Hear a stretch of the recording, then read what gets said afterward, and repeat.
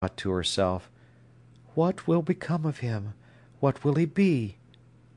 Her heart was anxious. "I will call him Paul," she said suddenly, she knew not why. After a while she went home. A fine shadow was flung over the deep green meadow, darkening all. As she expected, she found the house empty.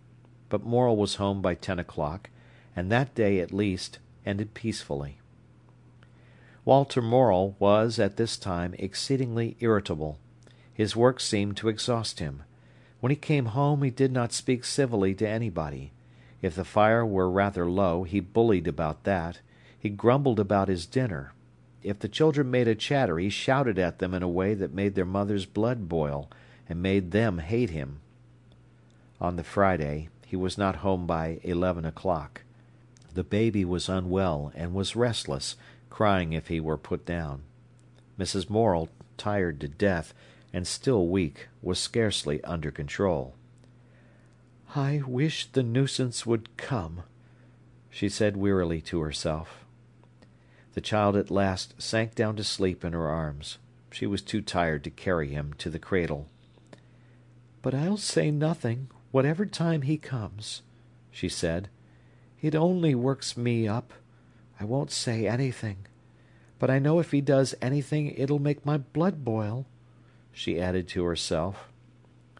She sighed, hearing him coming, as if it were something she could not bear.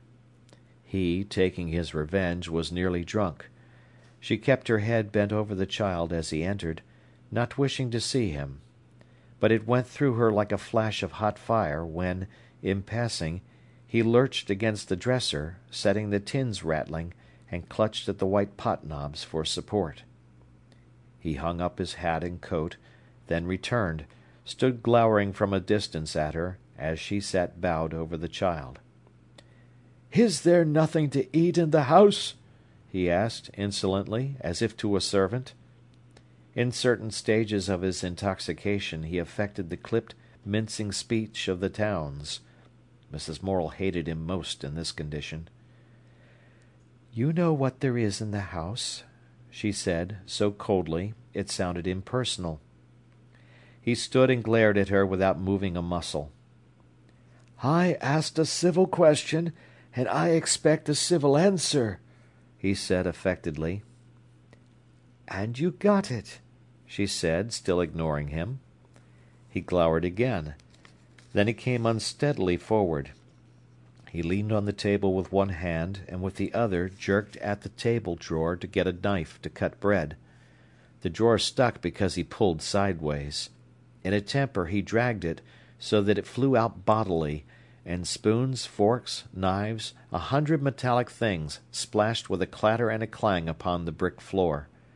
The baby gave a little convulsed start. "What are you doing, clumsy drunken fool?" the mother cried. "Then thou should get the flamin' thing thysen.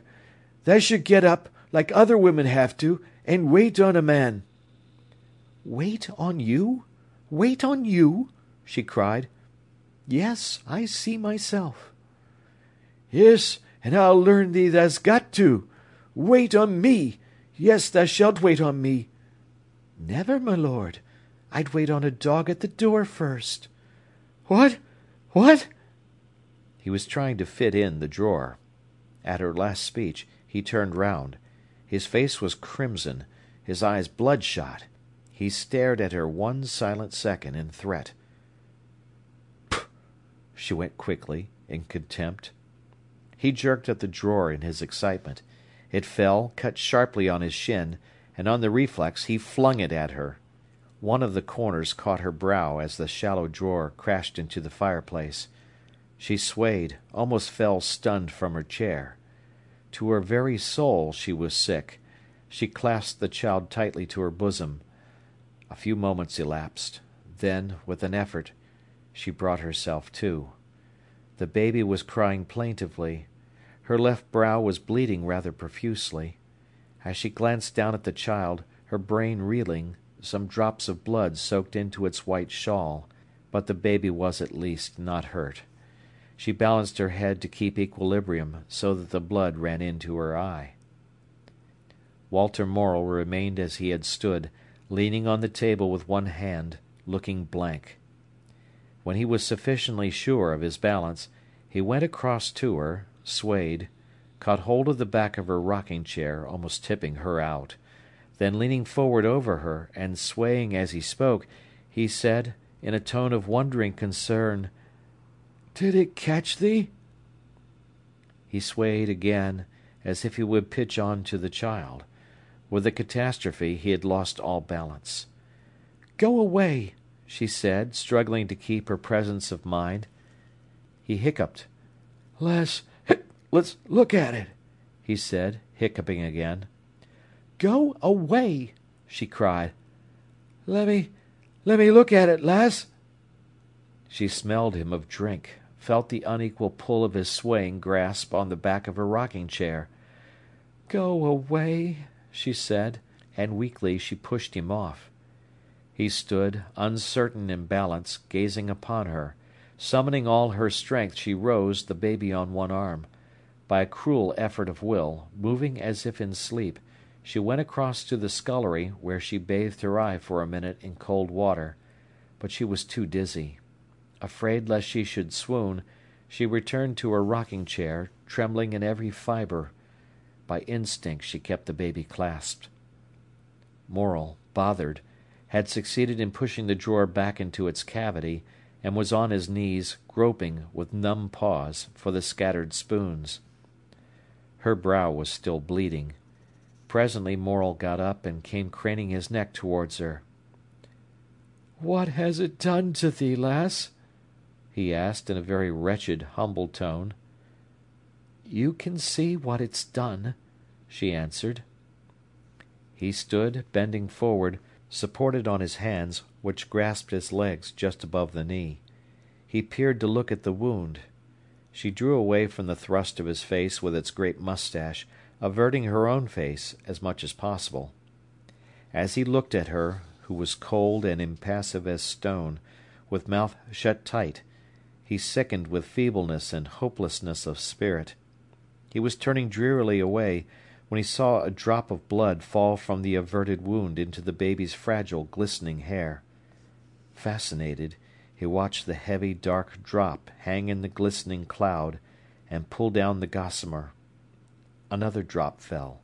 It would soak through to the baby's scalp. He watched, fascinated, feeling it soak in. Then finally his manhood broke. "What of this child?" was all his wife said to him, but her low, intense tones brought his head lower. She softened.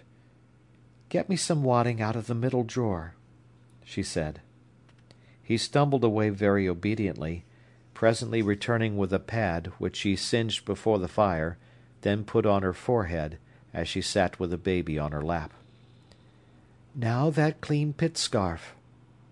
Again he rummaged and fumbled in the drawer, returning presently with a red, narrow scarf. She took it, and with trembling fingers proceeded to bind it round her head. "Let me tie it for thee," he said humbly. "I can do it myself," she replied. When it was done she went upstairs, telling him to rake the fire and lock the door.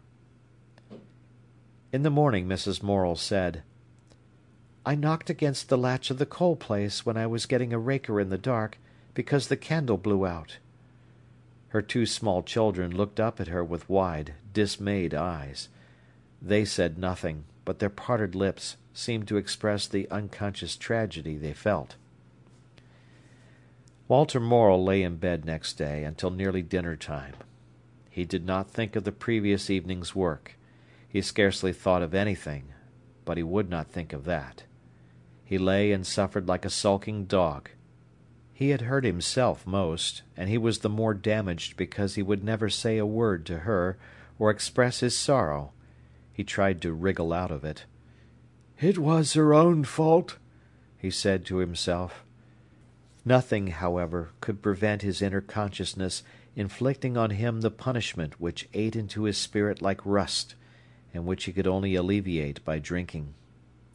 He felt as if he had not the initiative to get up, or to say a word, or to move, but could only lie like a log.